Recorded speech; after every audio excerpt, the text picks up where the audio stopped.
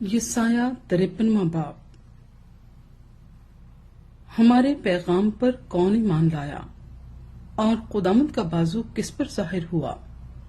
پر وہ اس کے آگے کومپل کی طرح اور خشک زمین سے جڑ کی مانند پھوٹ نکلا ہے، نہ اس کی کوئی شکل و صورت ہے نہ خوبصورتی، اور جب ہم اس پر نگاہ کریں تو کچھ حسن و جمال نہیں کہ ہم اس کے مشتاق ہوں۔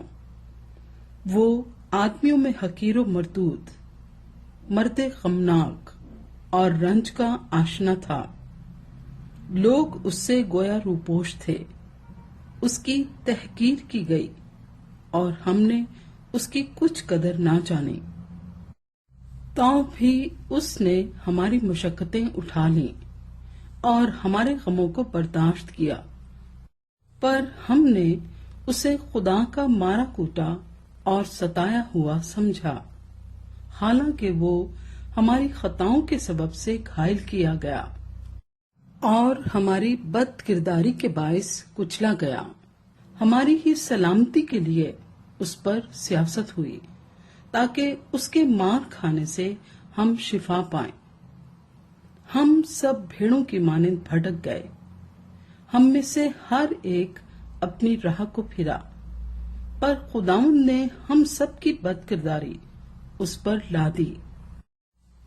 وہ ستایا گیا تو بھی اس نے برداشت کی اور منہ نہ کھولا، جس طرح برہ جسے ذبح کرنے کو لے جاتے ہیں، اور جس طرح بھیڑ اپنے بال کترنے والوں کے سامنے بے زبان ہے، اسی طرح وہ خاموش رہا۔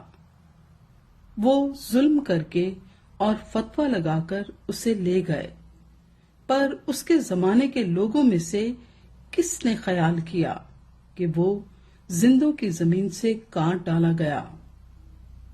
میرے لوگوں کی خطاؤں کے سبب سے اس پر مار پڑی، اس کی قبر بھی شریروں کے درمیان ٹھہرائی گئی، اور وہ اپنی موت میں دولت مندوں کے ساتھ ہوا، حالانکہ اس نے کسی طرح کا ظلم نہ کیا اور اس کے منہ میں ہرگز چھل نہ تھا۔